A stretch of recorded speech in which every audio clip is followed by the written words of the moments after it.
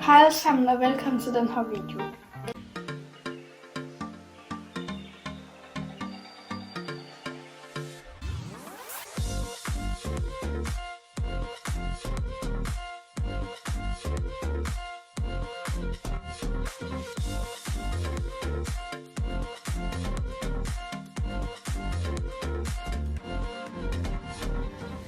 I dag bliver det egentlig bare sådan en, hvor jeg fortæller lidt om alle hestene på Rebild Sportsklub. Jeg må undskylde, hvis jeg sådan lyder lidt underligt, og jeg måske hoster lidt, at jeg er syg. Ja. Jeg tænker, at de heste, jeg har reddet på de fleste. Dem kommer der også lige sådan en video ind af, men der kommer billeder ind af dem alle sammen selvfølgelig. Så jeg tænker egentlig bare, at vi kommer i gang. Jeg har ligesom skrevet sådan alt ned på en anden telefon, så jeg kan altså ikke huske alt om alle heste. Jeg tænker bare, at vi starter fra en ende af, hvis man kan sige det. Jeg tænker, at vi starter med Arkon. Han er 13 år gammel, og så er han en blanding. Han er halv islænder. Jeg ved ikke, hvor høj så mange af dem er. Arkon, jeg tror han er omkring 1,38, men jeg ved det ikke, så det er ikke sikkert. Og han er en nybegynder hest, fordi han kan virkelig ride til alle. Arkon, han er rigtig sød i ridning. Jeg red ham også lidt i starten, da jeg startede på ridning. Men så stoppede jeg, fordi han blev for nem og sådan noget.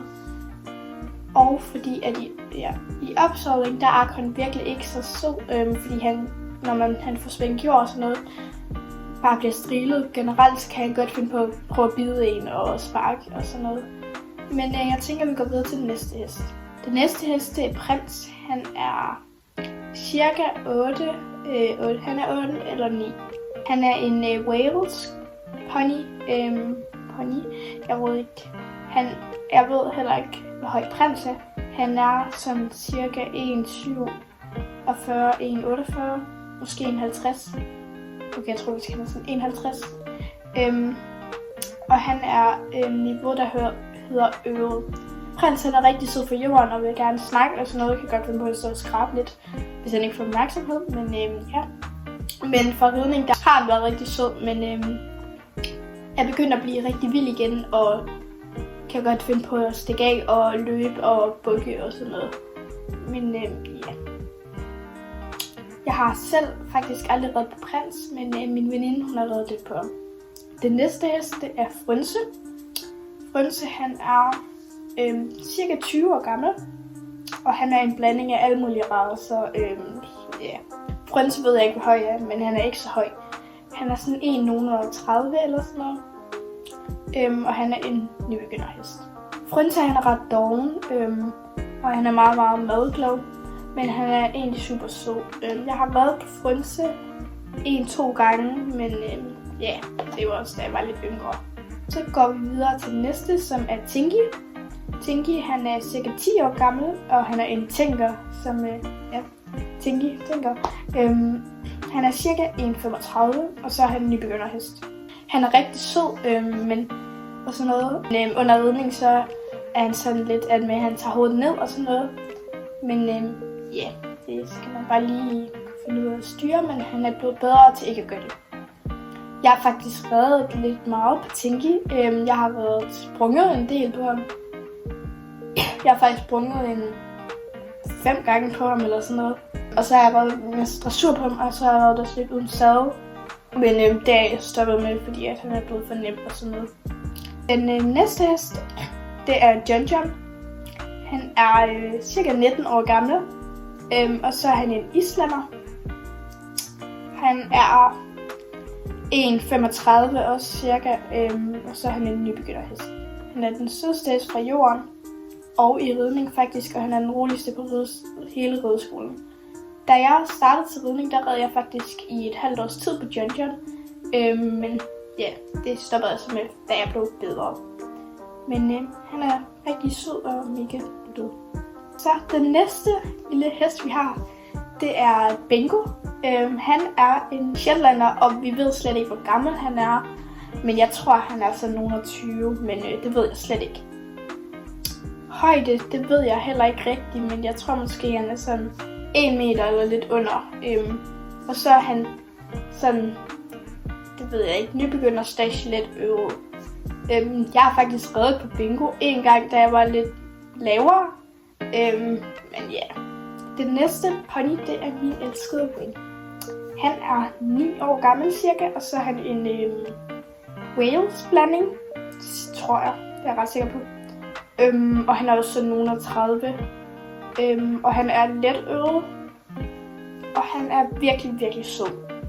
Fra jorden, der er han meget, meget snaksalig og sådan noget, og i ridning, der er han lidt mere sensitiv. Men for de sådan rutinerede ryttere, der er han virkelig sød, men for de mere urutinerede ryttere, der er han lidt svær og sådan meget sensitiv og sådan noget. Det næste pony, det er Mumi.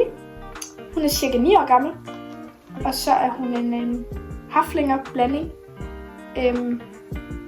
Hun er cirka 1,45 cm ish, og så er hun let øvet. Mumi, hun er altså rigtig charmerende fra jordene, og under ridning, der har hun sådan lidt sværere. Jeg har faktisk reddet på Mumi en gang, men det gik ikke så godt. Der var jeg heller ikke så god til at ride. Den næste pony, det er lille Lady. Store Lady. Hun er 4 år gammel, så hun er meget ung, og hun er også ret ny på rideskolen. Hun kom vist i august, tror jeg. Hun er en Connemara pony. Hun er 1,45 cm, og hendes niveau, det er sådan let øvet / fordi hun stadig er så ung og også så uerfaren. Og jeg har reddet på Lady her de sidste 2-3 måneders tid, siden hun kom. Og hun er virkelig sød og charmerende, men hun har stadig en masse ting, hun skal lære i forhold til ridning og sådan noget. Mega sød pony. Den næste pony, det er, eller hest, er det faktisk, det er Duen. Han er 4 år gammel, og han er en irsk sportshest. Han er 1,55 cm. Hans niveau, det er let øvet / øvet. Han kom også i august sammen med Lady. De har stået det samme sted og sådan noget. Og Duen, han er rigtig sød, men meget stærk, og skal også lige finde ud af, hvad galop er og sådan noget. Jeg red faktisk på ham i går. Jeg har reddet på ham 2 gange, tror jeg. Så red jeg på ham i går, og jeg synes, han er virkelig sød og meget charmerende. Og især fra jorden, der er han rigtig sød. Under ridning, der er han nem, og i traven også rigtig sød. Men i galoppen, han er begyndt at lære lidt at galoppere, men han synes stadig, det er svært. Den sidste hest, det er Lisa. Hun er ikke rigtig gået med i rideskolen endnu, da hun kom i oktober. Så hun er i gang med at blive trænet til at komme med i rideskolen. Hun er 9 år. Hun er også en irsk sportshest.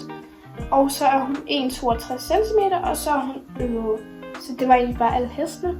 Det var egentlig bare alt for den her video. Det var måske ikke den mest spændende video, men nu ved I det i hvert fald lidt om alle hestene på rideskolen. Tusind tak fordi I så med. Hej hej!